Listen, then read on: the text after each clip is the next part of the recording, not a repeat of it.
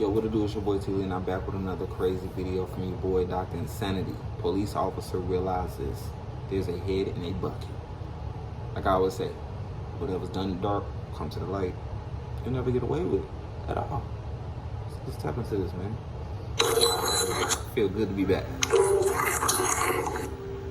I opened the tunnel, I picked up the tunnel, and dropped it. I don't know what the f*** it is now.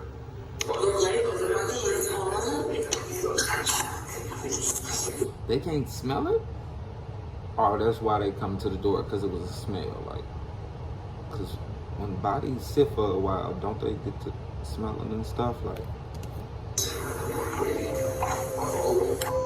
this is the moment cops realized there was a head in the bucket at the crime scene. But little did they know, the entire case would only get more and more horrifying. On the 23rd of February 2023, police visited the apartment of a suspected killer, Taylor Shabiznes. This is where they would quickly find out that she's not only insane, but a complete psychopath. Hey. I say, watch who you lay with. Watch who you lay your head with. Blood? Does this look like blood to you? Or am I just tripping? Could possibly be blood. Hey, who did that? Hi, Taylor. How's it going? Officer Russell with the Cleveland Police Department. Taylor, you have never want your risks. Put your head back. You got it. The cops were searching Taylor's property on a warrant and discovered bloody footprints next to her car and blood literally on her hands. But upon searching her apartment, they found the very thing they had been called to find in the first place: a human head in a bucket, first discovered by the victim's own mother. The police wasted no time in getting her into custody, where one of the most chilling interrogations of all time would begin. Well, a few hours ago, police were dispatched to Anderson's Stony Brook at Pearsall's shed area. You know shed? And how do you know shed? He's my ex. Your ex-boyfriend? Yeah. Well, they found a kind of disturbing stuff at the house there. Oh, really? Yeah. Yeah. A lot of blood.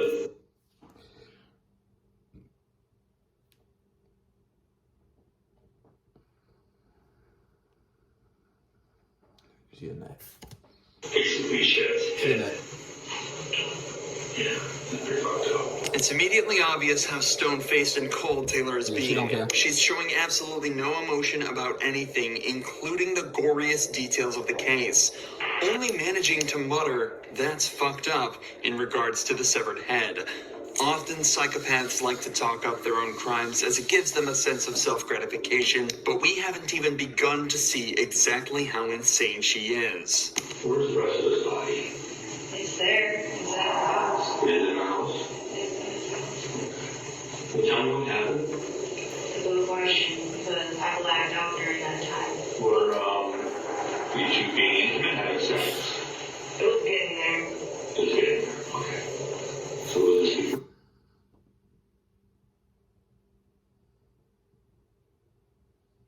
That's what you call foreplay these days? I don't know what that. Foreplay? You guys done something like this in the past? Do you use manual strangulation during sex at all? Manual strangulation, yes. Taylor. Marketing automation meets Nah, she a AI. nut. Effortlessly generate on-brand content. He didn't know what he had. Unlock hidden opportunities. He had a nut. Taylor claims that she and Chad were being intimate that night and she'd used the dog chain to choke him. But apparently this wasn't unusual for them. But that evening she just didn't stop until he was almost dead. She also mentions that she'd been smoking meth that night, something that definitely could have contributed to the horrifying events that followed. Body there. So we're gonna take the head somewhere. You like that? So you dismembered the body too? Yeah. Well, what do you do with the body parts? Somewhere? They're like, yeah. Wait, Upstairs. Absolutely in the basement. I was never going to the And then, I know I forgot the head. I wanted the head. Did you bring anything with you?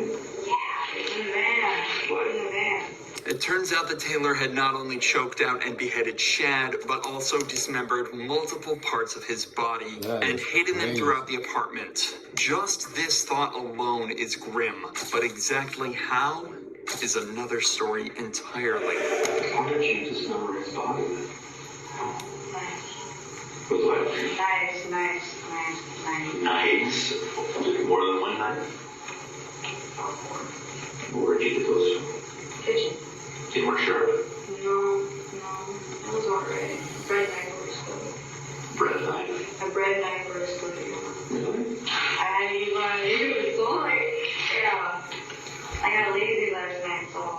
Once Shad was dead, Taylor sawed off his limbs with a blunt bread knife and tossed each individual piece of his body into a black bag the police later found in the basement. But somehow, the most shocking part of all of this is how casually she's talking about it. It's almost as if she doesn't see anything wrong with what she's done.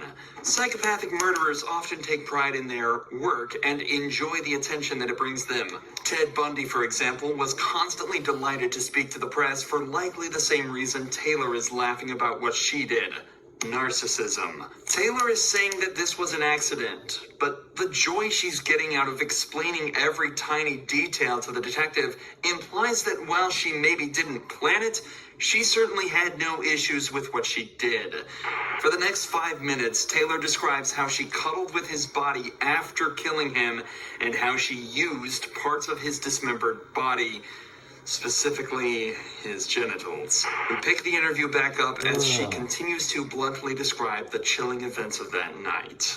You do anything particular with the head or the body? What do you do with the blood wrapping all the problem?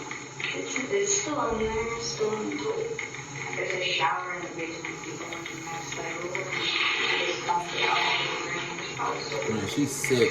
Where do you know that? This lady is sick. Yeah. Well, I drained his head.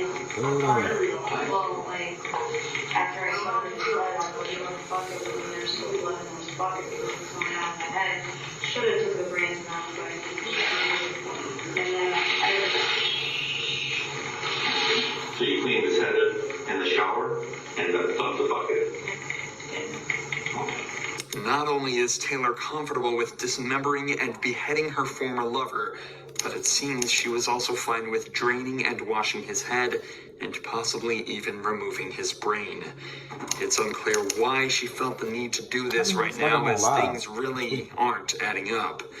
She had already discarded and hidden the rest of the body, so if she was attempting to hide it, then she would want to dispose of the head too. There is something much deeper at play here, and the detective is desperate to figure out what. So when he put the chain around his neck, he thought that you guys are going to have kinky sex. You think that's what Chad was thinking? What were you thinking? I was going to do the same thing. You know, I was going in, and I did. And I went in. But then he was like, choke me. But he didn't really say it, so I'm like, put it on his neck. I already know I'm going to choke him. And I did. So before you chain went around his neck, were you and Chad like kissing or any foreplay or anything? No, we were chilling at home. You just chilling. So all of a sudden, the chain went around his neck? Yeah. How come? I'm just trying to get it. He likes it. Alright. And I was going to walk him like a dog. And he wanted that? I have no idea. But I was going to do it anyway. I hope she get life. I hope she get life. This lady is sick. Claim it was his idea? No, it was his idea. It was all She's him. sick. Alright, so they're on the bed, the chain goes around his neck and started choking him. And you just realized that he was going to die? Or what? Stuck in a time management loop? Break it with Connect Team, the one app you need to manage your team. Our AI creates a schedule for you, taking everything into consideration. I'm just like, shit. I think I went a little too far because, like, You I think? was blacking out while I was doing it, right? And then I thought. And then you did meth. I look at him, I'm like, shit, he's already purple. I'm like, I don't know if he's fucking. Is he good? Is he good? drugs, y'all just decided to do meth. Out of all drugs, I'd rather y'all would have got drunk. Did a little medicine. Or even a pill.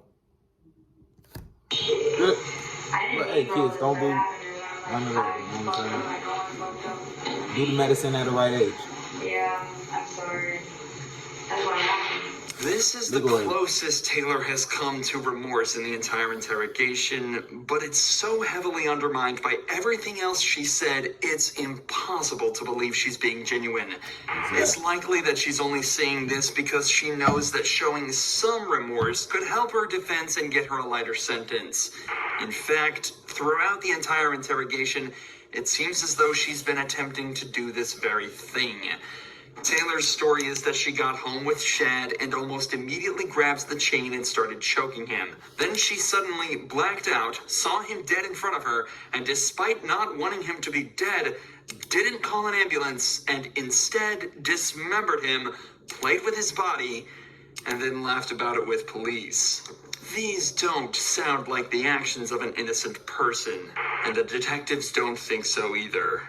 The case was brought to trial almost immediately, where Taylor would continue to show just how insane she really is.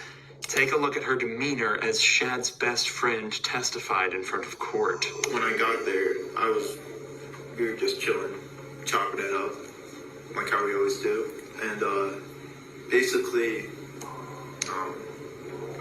I was like, Taylor was thinking, asking, like, do you wanna hang out with Shad? She was asking me, like, for consent to hang out with Shad, to bring him over. And I was like, yeah, that's fine.